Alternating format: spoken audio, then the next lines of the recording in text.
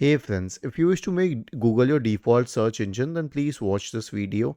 I will guide you through it. Now, it is obviously the default search engine on Google Chrome, but to make it the default search engine on another browser, for example, Microsoft Edge, the process is as follows.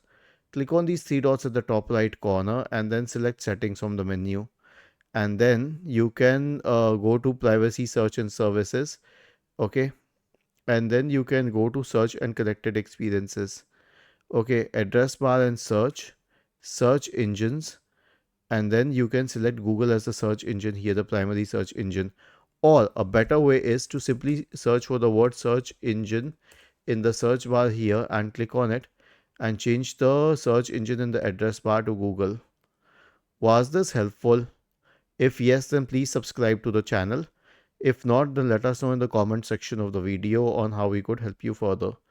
Thank you for watching this video and have a nice day.